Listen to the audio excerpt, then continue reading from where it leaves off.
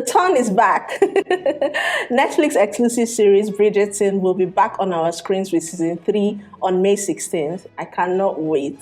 To further amplify the comeback of the series, premieres are being held all over the world. Obviously, Africa wasn't left out, which is why I am filming this video. The African premiere was held in Johannesburg, South Africa a few days ago, May 4th to be exact. Lady Whistledown summoned a few African celebrities to the ball. Of course, they answered in the most gradual way possible. Watch me as I analyze their fashion choices using the dress theme as my primary yardstick. Welcome to the Bridgerton Season 3 African Premiere Fashion Roast.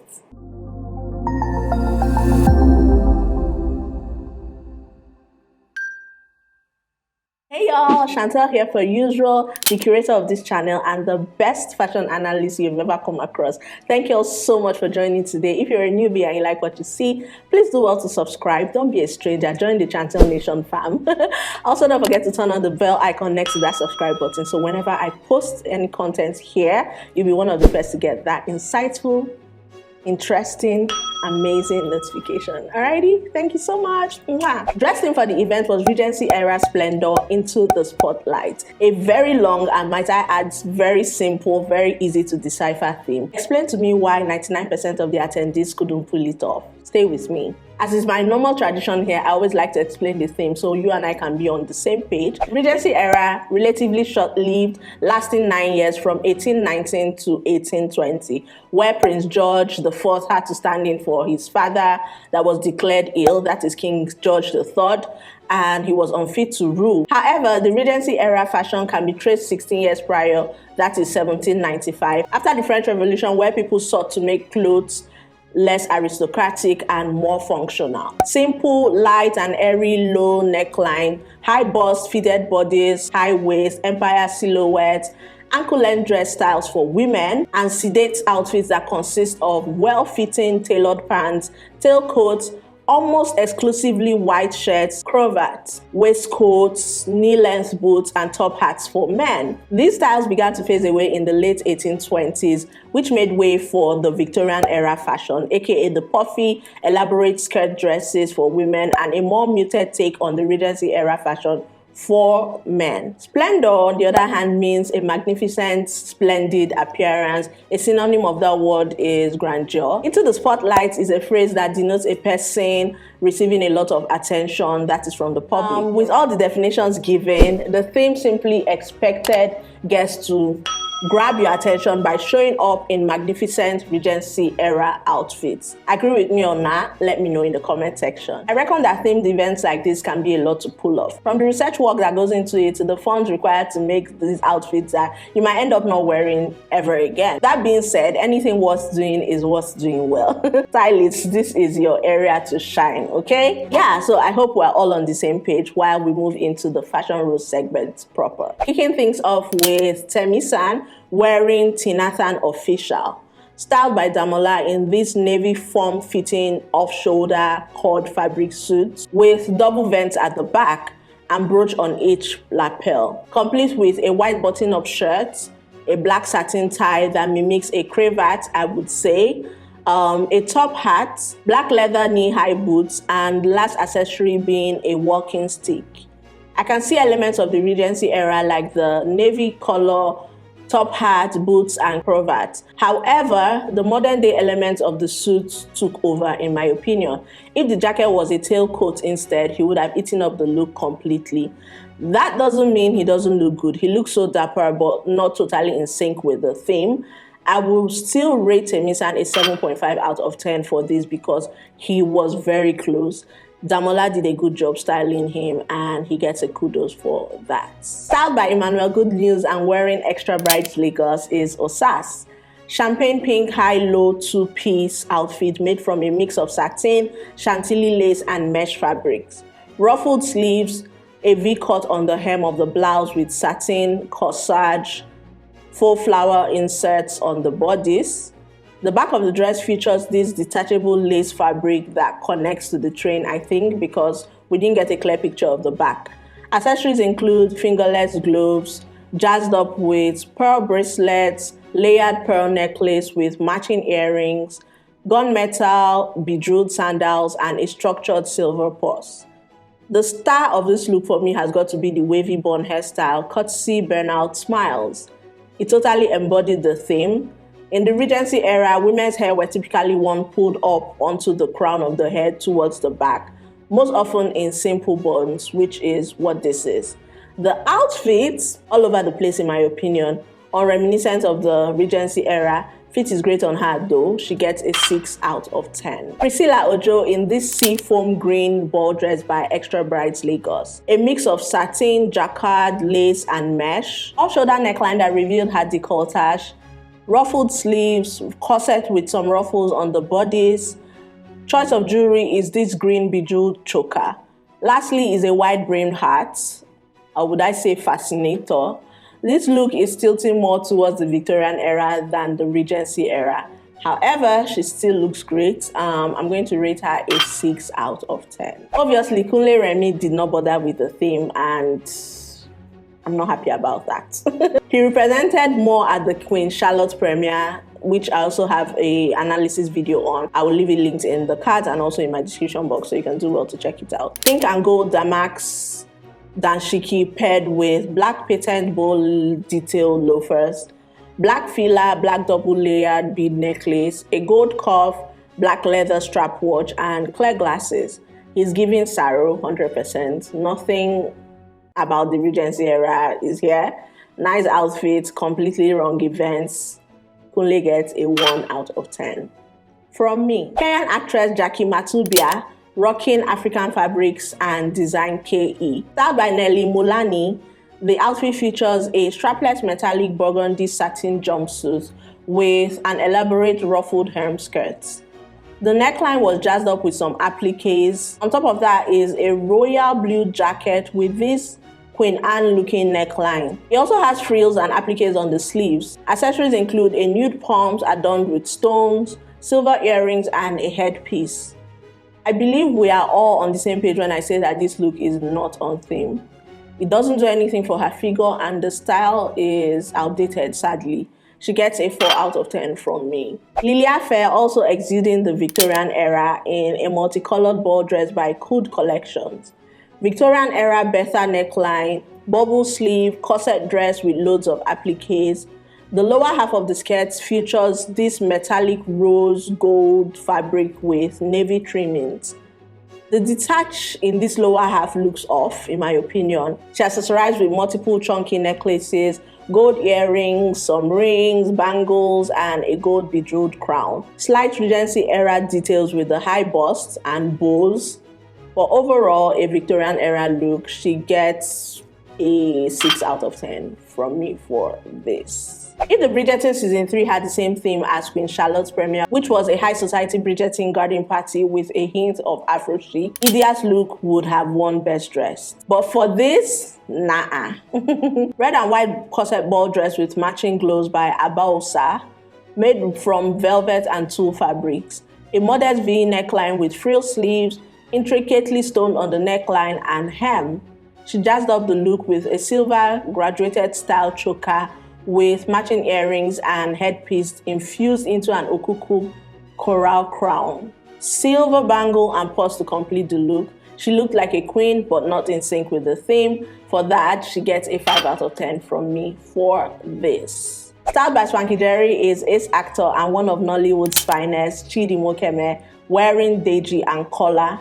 Textured champagne colored tailcoat on top this burnt orange waistcoat, green velvet waistcoat as well with oversized lapels that were amped up with gold appliques and twisted cord trimmings on the border, paired with a Mikado fabric white mandarin neckline shirt and matching pants.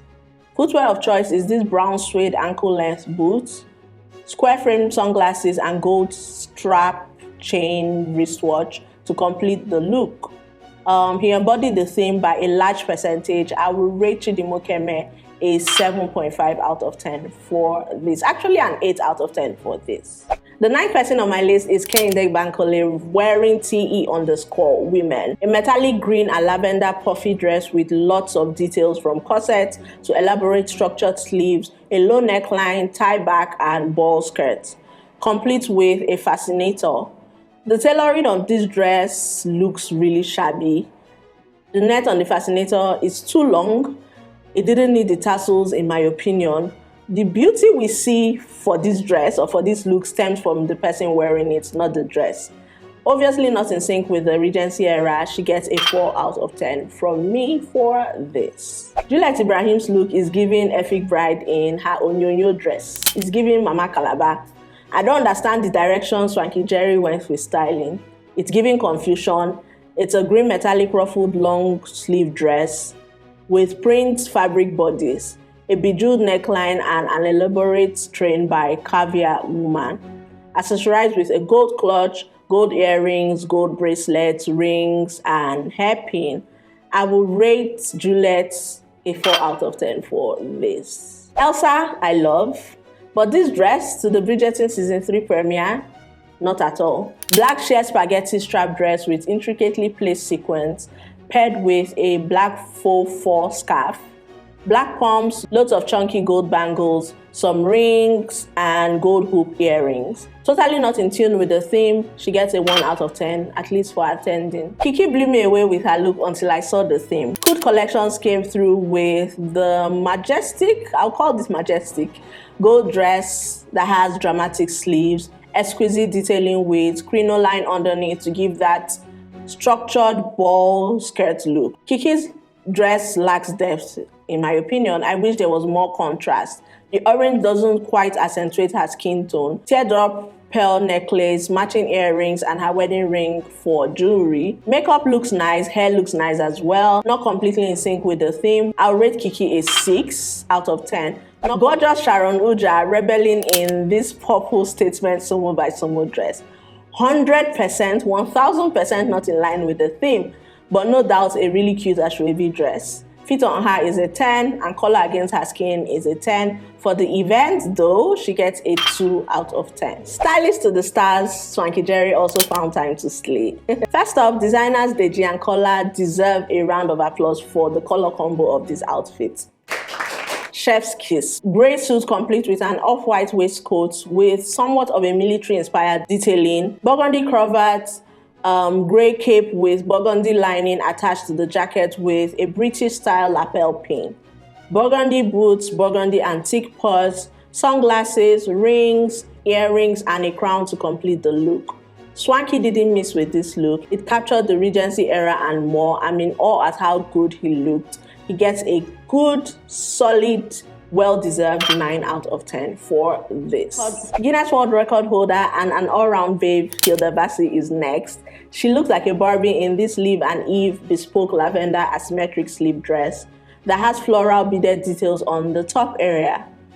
These mesh things they tied on her hands look a mess. It was clearly an afterthought. I don't know what is going on there. They could have easily sewn a glove if they wanted that. What did they tie that akorakwa there? Why?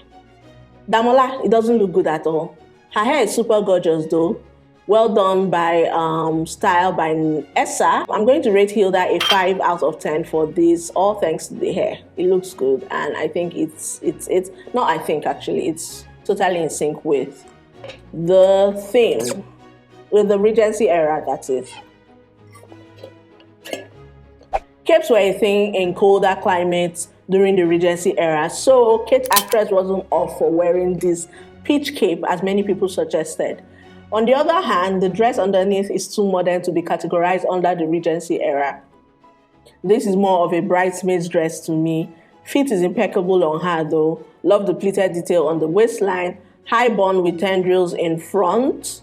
Suit her face. Gold earrings, a ring, and brown bejeweled belly that sandals to complete the look. I'm going to rate Kate a 5.5 out of 10 for this. The beautiful Kim Oprah looking pristine in this brown dress. This look was clearly inspired by Queen Charlotte, from the voluminous hairdo to the brown frock. Bertha neckline softened with this white lace fabric. Silver decorative stones around the bodice and waistline. Flared out sleeves for that extra oomph. For jewelry, silver was the preferred hue. Again, Victorian era and not Regency. I definitely understand the confusion because both eras were super close. I'll rate Kim a 6 out of 10 for this. To culminate this section is Ebuka wearing Deji and Kola, an off-white textured tailcoat paired with matching cummerbund pants, a white hidden button shirt, a Victorian Western bow tie, off-white top hat, lapel pin chain, cotton lycra stockings, and gunmetal lace-up shoes. I would call these brogues. Back in the Regency era, trousers did not have cummerbund and zippers, so that is a no-no. Also, boots were mostly worn by men. The white on white is in dire need of some contrast. I'd like to add, it looks really, really flat.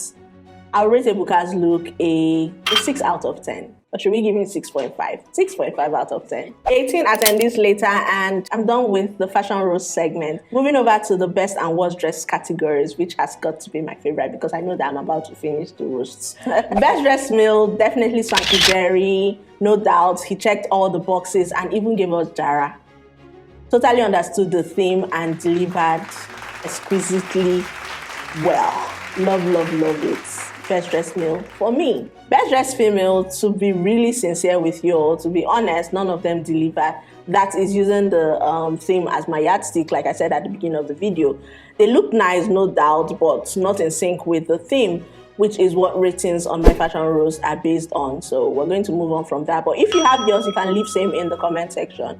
Worst dressed male, Kunle Remi, totally off. They did not tell you to bring afro. It did not work. Worst dressed female at the Bridgerton Season 3 premiere that held in Johannesburg, South Africa on the 4th of May 2024 is Elsa Majimbo. No, sweetheart, just no. What was happening there? Where were you coming from and where were you going to after that? Doesn't work. No bueno. Do you all agree with my best and worst dressed categories? Let me know in the comment section. Also, not forgetting to give reasons why. Thank you all so much for watching today. Kindly subscribe if you're not yet a member of the Chantel Nation family. It will mean the world to me and I'll be so happy to welcome you. So let me know in the comment section if this is your first time here so I can welcome you and dance for you with emojis in the comment section as well. Until I come your way again very soon, stay amazing. Bye y'all. Mwah.